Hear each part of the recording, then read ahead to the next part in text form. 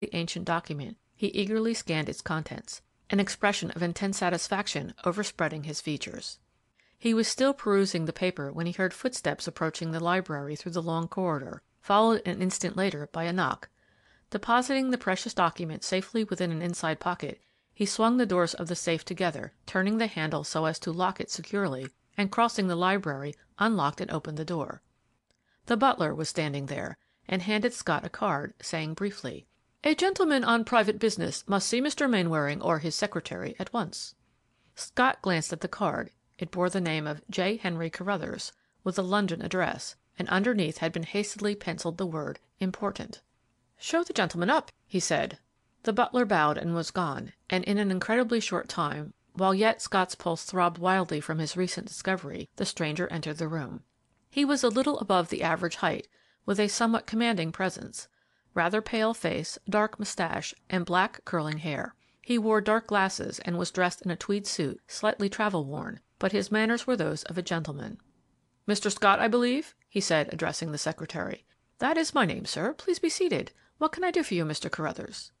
"Will you inform me, Mr. Scott, of the earliest hour at which I can see Mr. Mainwaring? I called at his city office and was directed here, but the butler states that Mr. Mainwaring is away from home and is unable to say when he will return, or how soon he would be at liberty to see me." "Mr. Mainwaring will probably return about 5 o'clock, but it is rather difficult for me to state when you could see him, as he is entertaining a number of guests, and it is doubtful if he would care to attend to any business just at this time, unless it were of special importance." "My business with Mr. Mainwaring is of special importance," replied the other, "and I would be very glad if he could give me a little time to-morrow." "Perhaps, if you could give me some intimation of its nature," Scott suggested, "Mr. Mainwaring might consent to make an appointment for the following day. I hardly think he would see you sooner. To-morrow is his birthday, and as it is to be celebrated by him and his guests, it is doubtful whether he would attend to any business on that day." "Indeed," said Mr. Carruthers, rising, while Scott was conscious of a peculiar scrutiny fixed upon himself from behind those dark glasses. "It had escaped my mind, but now I recall that Mr. Mainwaring is to celebrate his birthday by making his young English cousin and namesake his heir. I certainly would not intrude at a time so inopportune." The secretary started. "I was not aware that Mr. Mainwaring's intentions were generally known," he remarked. "Perhaps not," replied the other in a peculiar tone.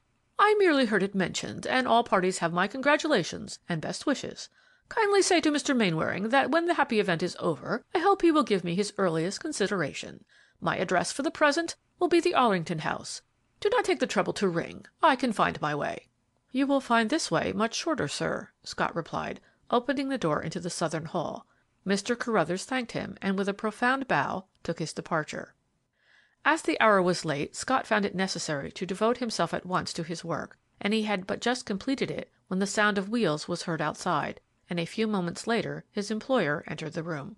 The latter studied Mr. Carruthers' card quite attentively, and frowned upon learning that his intentions regarding the making of his will had become known by outsiders, but he soon seemed to forget the occurrence.